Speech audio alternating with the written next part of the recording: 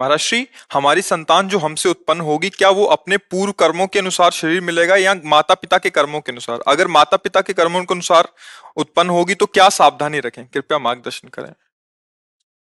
वो तो आएगा अपने ही कर्मों से, पर उसमें दुख और सुख का अनुभव तुम्हारे कर्म उसमें सम्मिलित होंगे।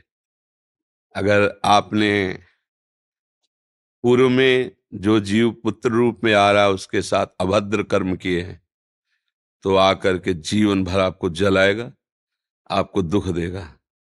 और आपने भद्र माने मंगलमय कर्म किए हैं, तो जीव पुत्र बन के आएगा, तुम्हें सुख प्रदान करेगा।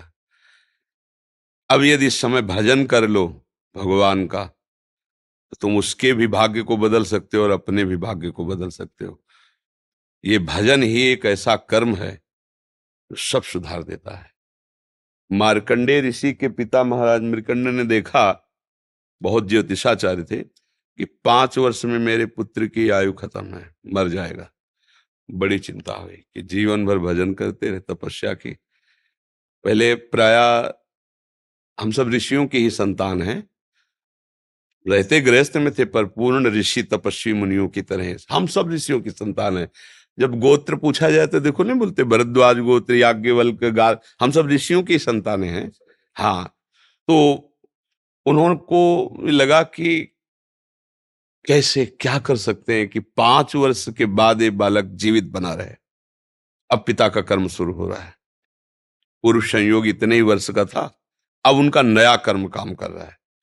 उन्होंने विचार किया, भगवान के भक्तों और संतों में विशेष सामर्थ्य है।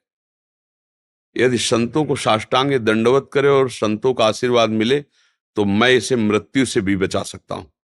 उनको पता था, उनकी श्रद्धा थी, उनकी भावना थी। तो प्रायः पवित्र नदियों के किनारे ही ऋषियों के आश्रम होते थे, तो गंगा जी के समीप ही तो घाट में खड़ा कर देते। जो भी संत दिखाई देते, वैष्णव तिलक या शैव तिलक, वो सबको आदेश कर, छोटा सा बालक 2 वर्ष 3, साष्टांग प्रणाम करो, साष्टांग प्रणाम करो। उनकी सेवा यही थी, प्रसाद पाओ और जाके घाट में खड़े हो, जो भी संत दिखाई दे साष्टांग प्रणाम करो। एक दिन प्रच्छन्न वेश से गुप्त रूप से सनक सनंदन सनातन सनत कुमार भी, अब आपको क्या पता कौन महात्मा किस कोटि का किस वेश में तुम्हारे पास बैठा है, या तुम्हारे संग वार्तालाप कर रहा है, या तुम्हें कभी मिल सकता है, हमारी दृष्टि नहीं है ना। और वो दिव्य महापुरुष थे और वो देखा करते थे। जो साष्टांग प्रणाम किया तो चारों संत वेश में थे, उनका चिरंजीवी भव, बस वो आ गए। कहा, महाराज मेरी दृष्टि अचूक है, आप सनक सनंदन सनातन सनत कुमार चारों ब्रह्म कुमार है ना, प्रच्छन्न वेश से आप घूम रहे हैं, ये तो अभागी है, 5 वर्ष में इसकी मृत्यु हो जाएगी। और आप कह रहे हैं चिरंजीवी भव, तो आपके वचन मिथ्या या इसका भाग्य मिथ्या? इसी इसी बात में बैठे थे कि कोई ना कोई महापुरुष जब फंसेगा तो ये भाग्य को मिटा सकता है, साधारण थोड़ी मिटा पाता है, महापुरुष ही मिटा पाता है, उसमें सामर्थ्य होती है।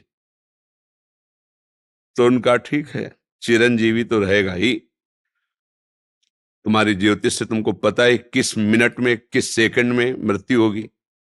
उस दिन प्रातः से लेकर के और मृत्यु समय तक भगवान शिव के मंदिर में शिव का आलिंगन करके इसे बैठाल देना, बस फिर और हम देख लेंगे।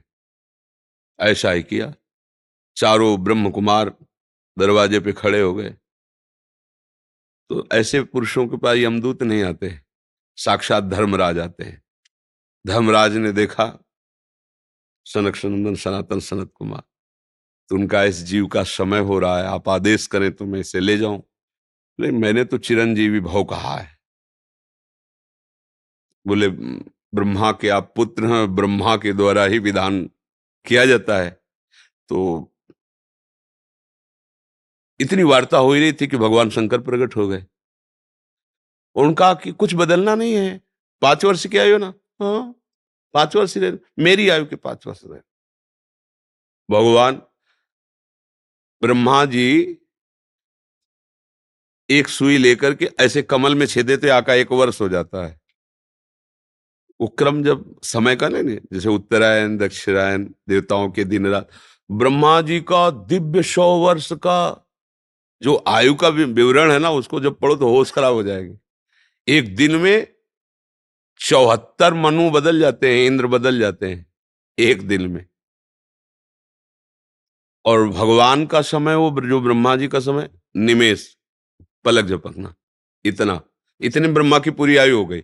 5 वर्ष उनके, आज तक मार्कंडेय जी जीवित है। उनको चिरंजीवी ऋषि कहा गया है मार्कंडेय जी का। अगर पिता भगवान का भजन करे तो अपने भाग्य और पुत्र के भी भाग्य को बदल कर जैसा चाहे वैसा कर सकता है। भावी मेट सके त्रिपुरारी। अगर भजन बल है तो फिर आनंद ही आनंद है, नहीं तो दोनों के कर्म संयोग से ही संयोग बनता है।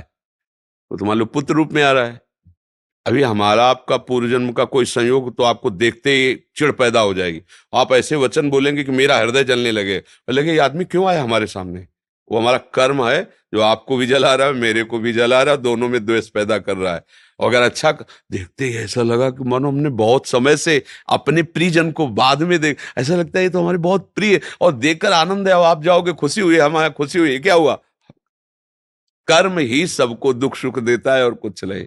अगर कर्म को कोई मिटा सकता है तो भगवान का भजन मिटा सकता है, दूसरा नहीं। खूब प्रभु का आश्रय लेकर के उनकी लीला गायन करो, नाम जप करो, सब ठीक हो जाएगा।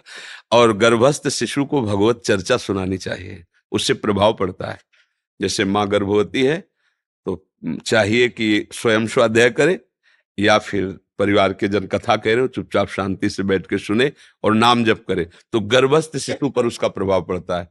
जैसे प्रहलाद जी जब कयाधु जी के गर्भ में थे तो नारद जी अपने आश्रम में लेकर के उनको भी भगवत चर्चा भक्ति का उपदेश किया, तो ऐसे महान भागवत 5 वर्ष में विश्व विजेता हिरण्यकश्यप को परास्त कर दिया।